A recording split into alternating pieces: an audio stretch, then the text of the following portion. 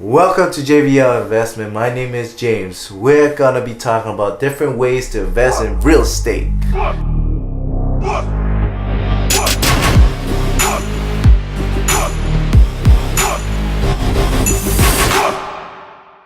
James, so tell me, who are you and why should I listen to you? I'm a knowledgeable real estate agent.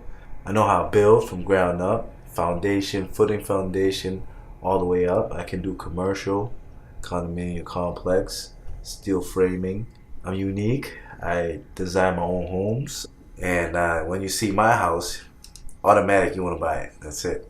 Can you talk to me about your first investment? What was your thought process at the time? That house was, my first. It wasn't my first construction job, but it was my own first project that I had to manage on my own. So I messed up a lot.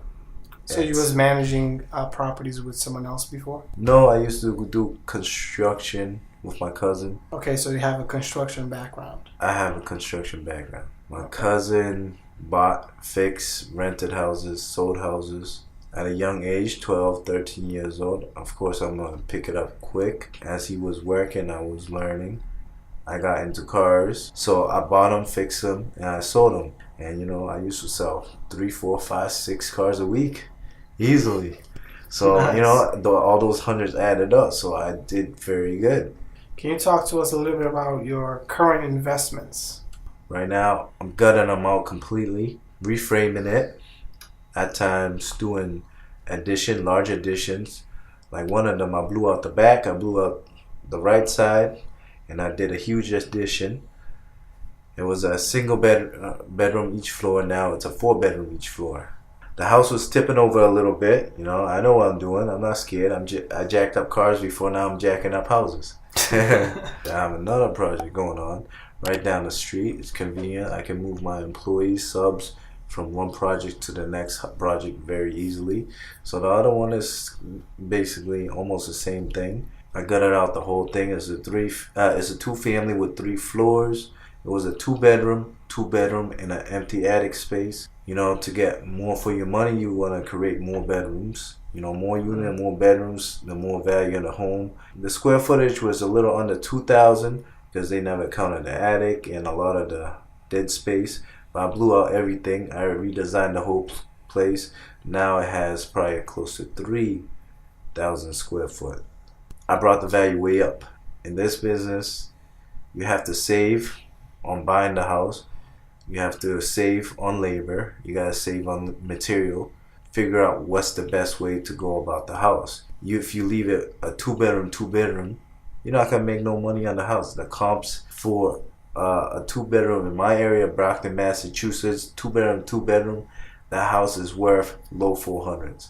Now I created 5 additional bedrooms. So now it's 9 bedrooms. The house is worth $575. I added easily $150,000 to that house because of my designs. And the last investment? It's a huge house, almost 9,000 square foot house with a car garage underneath the house of, I believe, 2,200 square foot. The house is huge. It's a lot. It's a big project. It's gonna cost me at least $500,000 to just finish. What do you plan on doing with that house? What's the end goal? My goal is to see how many bedrooms I can put in that place.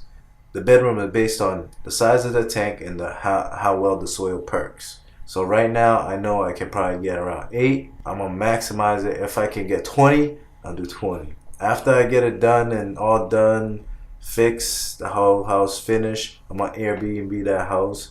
So I'm moving from rentals to Airbnb. Now, James, talk to us a little bit about how do you find a deal that makes sense to you? If you get lucky, you can get on MLS. I don't find the deals. They find me. But how do you pick one that would make sense to you? So right now, I have a whole lot of deals coming towards me. They send me lists. They send me addresses. I got bank deals, foreclosures. You can pick up deals on foreclosure auctions. You can pick up deals from real estate agents. Some real estate agents, they like dealing with me because they know I can close. On a lot of these houses, rehab homes, you can't just get a regular FHA conventional loan on it because it's inhabitable. Some of these houses, like my last one, the burn house, you need cash. So either you have cash or you gotta go private lending. That's the only way you can get the house. Talk to me about your flipping process. How do you go about flipping the house and actually get to cash out at the end? So it's good to run numbers, do an Excel spreadsheet, how much you buy it for, how much materials, how much is labor. Then you can get a good estimate of how much you're going to spend on the house altogether. Then you run a CMA, a comparable market analysis, to see how much you can possibly sell the house for. Yeah. But in this market, multifamilies is very easy to sell. How do you go about finding investors? What I do is I put about 20-30% down. I pay for all the attorney fees and closing fees. I get the house. I could probably afford 3 cash easily, but why do that when I can just put down payment on all of them, have more projects going on? So my bottom line is more money, more project, and I give a little money to the loan sharks to borrow their money. I'm leveraging their money. Yep. Yeah. At the end of the day, they probably make around average $15,000 per project, and I'm making over 100. Yeah, and I'm happy. There's obviously risk involved too.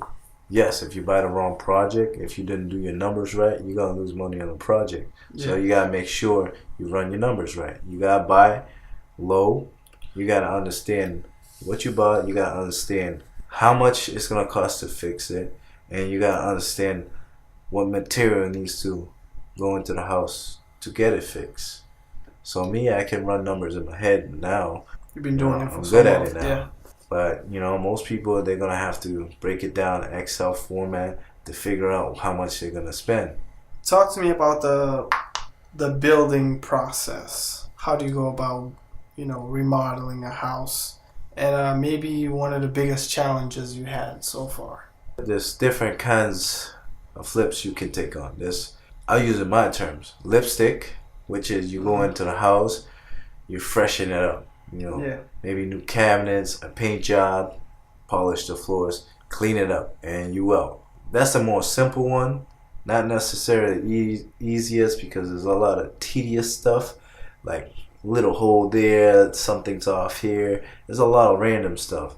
So sometimes it takes more time than you expect it to take. There's a lot of hidden problems you might not know about it. And then there's the gut. Sometimes when you gut, you see structures that's no good, rotted wood, or stuff that's done improperly a lot of times.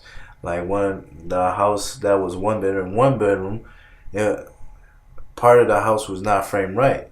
It wasn't even safe to repair it. We just ripped it out. And then you have the builds from the land, ground up. You dig your hole, make sure it's the right elevation, you compact the ground, you put your footings. My project is mostly footings, foundations, and build up. Most of the time, colonial, 2 floors. But my colonials have a little touch on it. I do a lot of bump outs in different elevations just to make it look better, pop. A lot of people do the square box and windows, and it's just plain and boring.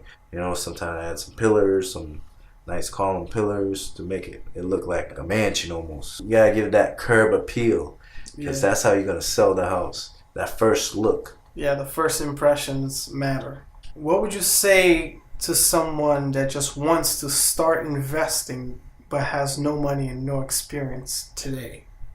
No money, no experience. I would say good luck.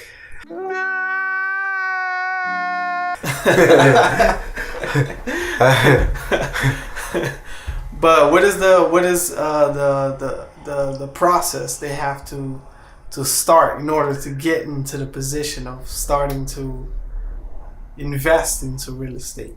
Start learning.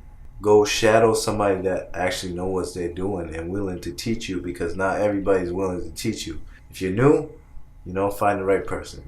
There's some people willing to teach you, but most people aren't, to tell you the truth. But some are. And then you can do some of the research yourself. Watch YouTube. Watch me.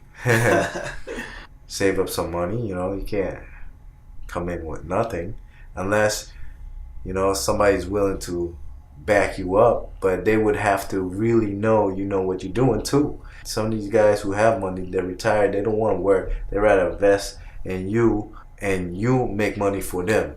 So Yeah. you can find those kind of people. So basically, if you have no money, no experience, first you got to get experience, because experience just requires you to find somebody that's already doing it and then shadowing them and then start gaining experience.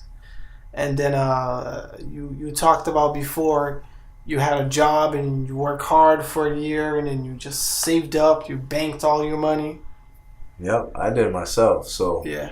you have to have willpower. First house, I used to work 100 hours a week just to get that house. You know, once I got the house, I still didn't cut down until I got my third house. And then I started, you know, slowing down, taking all kinds of vacations. Yeah, but you have to be willing to work hard in the beginning, make some sacrifices, and get to where you need to get. Don't forget to subscribe, guys, and if you like this video, hit the like button down below. If you have any questions for James, write them down in the comments. We'd love to see what you guys think of this. And then tell your friend to subscribe and press the like button too. Awesome. Awesome. That was great. One more time. One more take? Okay. Okay.